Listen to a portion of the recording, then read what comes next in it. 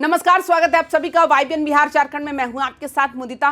बिहार की राजनीति आज जिस मोड़ पर खड़ी है वो सिर्फ सत्ता परिवर्तन की कहानी नहीं है, बल्कि एक पूरे युग के ढलने और नए दौर के जन्म की आहट है।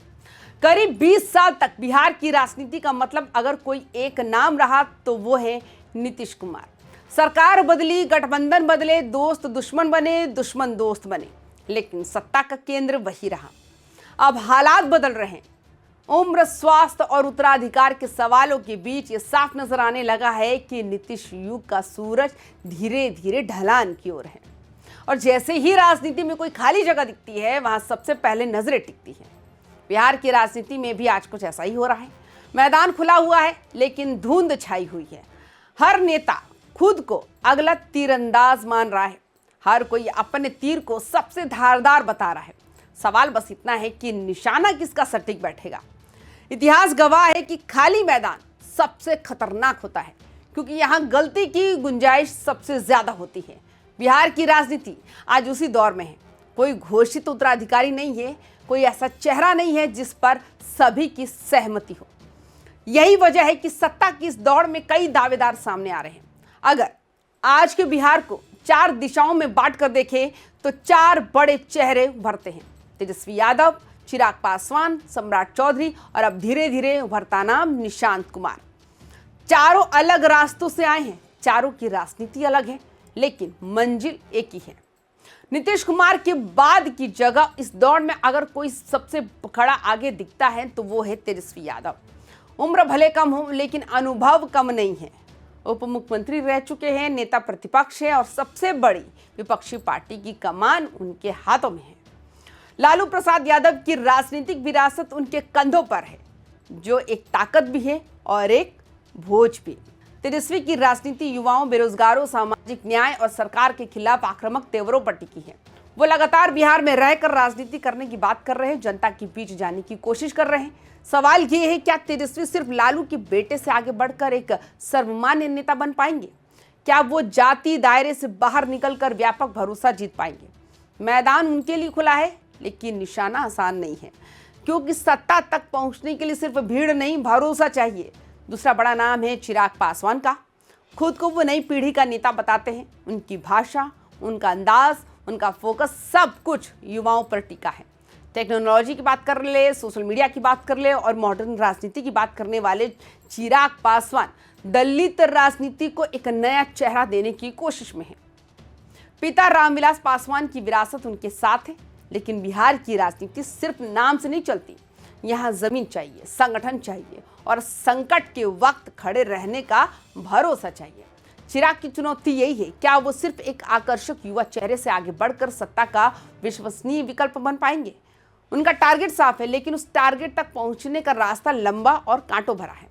अगर सत्ता के सबसे मजबूत ढांचे की बात करें तो आज भी बीजेपी के पास है, और बीजेपी के भीतर अगर बिहार में कोई चेहरा तेजी से उभरा है तो वो है सम्राट चौधरी।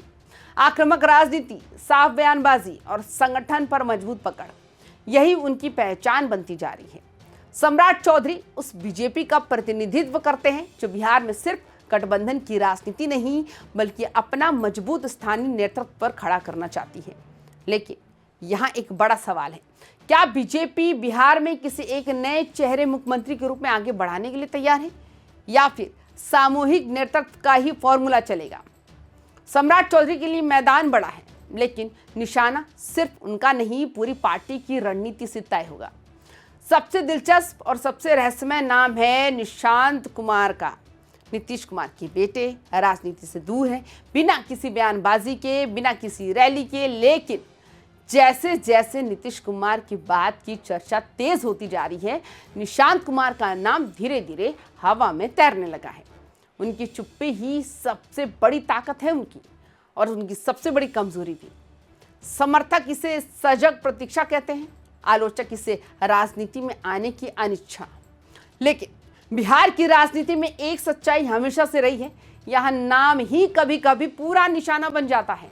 अगर निशांत कुमार राजनीति में उतरते हैं तो उनके सामने सबसे बड़ी चुनौती होगी अपनी पहचान खुद गढ़ने की, सिर्फ पिता के नाम पर नहीं, बल्कि अपने फैसलों और अपने स्टैंड से।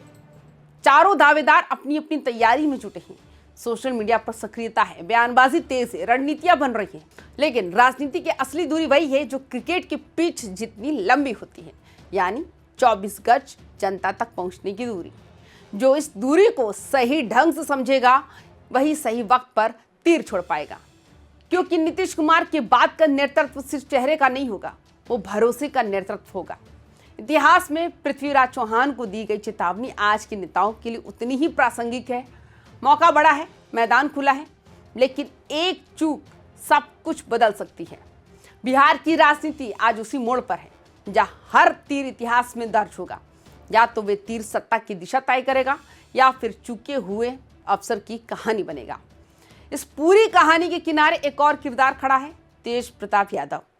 अनौपचारिक, अप्रत्याशित और हमेशा सुर्खियों में रहने वाला। उनकी राजनीति कब निर्णायक मोड़ ले ले, इसे नकारा नहीं जा सकता। बिहार की राजनीति में कभी कभी सबसे अनपेक्षित चाल ही सबसे बड़ा असर छोड़ जाती है। बिहार की राजनीति अब किसी एक जाति, एक चेहरे या एक नारे की नहीं रही, ये सटीक निशानी की राजनीति बन चुकी है। मैदान भले खाली दिखे, लेकिन मौके सीमित है। इतिहास यही बताता है कि जब मैदान खाली होता है तब सबसे ज्यादा चूक होती है। आज बिहार उसी चेतावनी के दौर में खड़ा है। मत चूको चौहान, क्योंकि जो चुका वो इतिहास बन जाएगा, और जो सटीक निशाना साध गया वही नीतीश युग के बाद बिहार की राजनीति की नई कहानी लिखेगा। तो आपकी क्या राय है? आप हमें अपनी राय कमेंट्स करके जरूर बताएं। बाकी तमाम खबरों के लिए YBN बिहार झारखंड को सब्सक्राइब भी जरूर करें। तब तक के लिए रखें अपना ख्याल। नमस्कार।